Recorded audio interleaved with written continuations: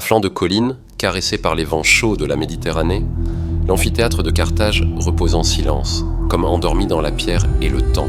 Aujourd'hui, il ne reste que des ruines érodées, des arches disloquées, des galeries vides envahies par les herbes folles, et pourtant, tout murmure encore l'histoire. Un site figé, sans fonction, sans voix, mais plein de potentiel. Bienvenue à Carthage. Devant vous, les vestiges de l'amphithéâtre romain. Autrefois capable d'accueillir jusqu'à 30 000 spectateurs, cet édifice majestueux était taillé dans la colline, construit en ellipse pour que chacun, où qu'il soit, puisse voir, entendre, ressentir. Des gradins en pierre taillés avec précision. Une arène centrale au sol de sable, bordée de galeries souterraines. On y accédait par des arcs solides, des passages voûtés, des couloirs sombres qui menaient aux entrailles du monument. Des cages y enfermaient des bêtes féroces, tigres, lions, panthères, destinés au jeu cruel de l'arène.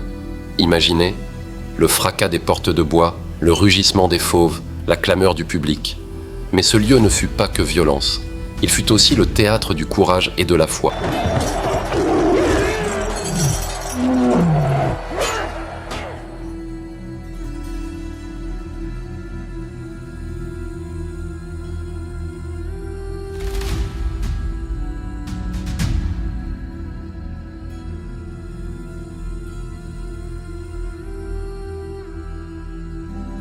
Sous l'arène, les gladiateurs se préparaient. Là, dans l'obscurité, ils prenaient leurs armes, écoutaient les bruits sourds de la foule et respiraient une dernière fois avant d'entrer dans la lumière.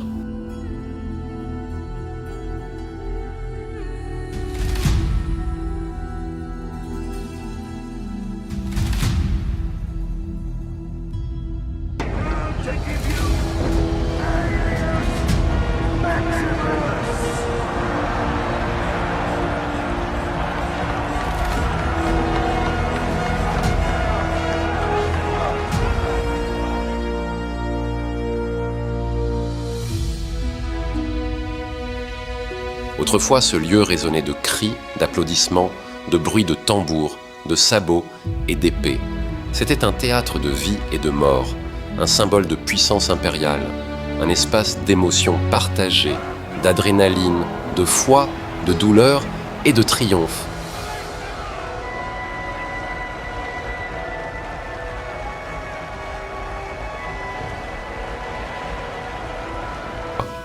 Parmi les prisonniers de cet amphithéâtre, 2 femmes chrétiennes, Perpétue et Félicité, ont marqué à jamais les mémoires.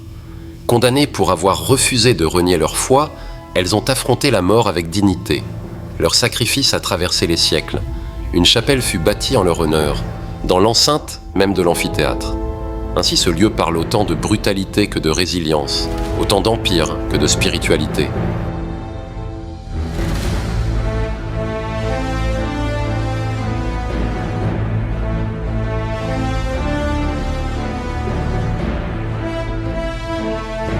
Aujourd'hui, nous ne voulons pas reconstruire le passé, mais lui offrir un avenir. Notre vision s'appuie sur 3 principes. Réaménager, pour rendre l'espace lisible et fonctionnel. Réaffecter, pour offrir au lieu de nouvelles utilisations.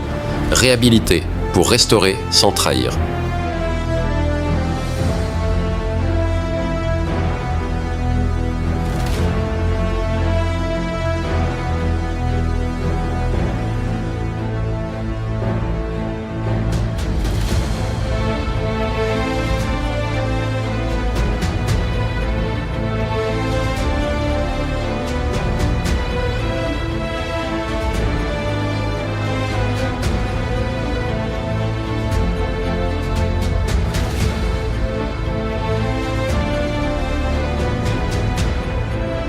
Trois volumes contemporains émergent du sol, tels des disques suspendus à 3 mètres de hauteur. Leur géométrie circulaire évoque l'écho de l'arène. Leur apparente légèreté tranche avec la masse des ruines, sans jamais les écraser. Ils ne remplacent pas compte. Installés de manière asymétrique dans l'ellipse, ils s'inscrivent dans la logique du site tout en affirmant une vision nouvelle. Ces volumes deviennent des lieux d'expression, espaces d'exposition, scènes de concert, zones de détente, plateformes d'échange culturel et citoyen. Un patrimoine restauré en focus sur les gradins et circulation. Les gradins historiques ont été restaurés avec précision et humilité.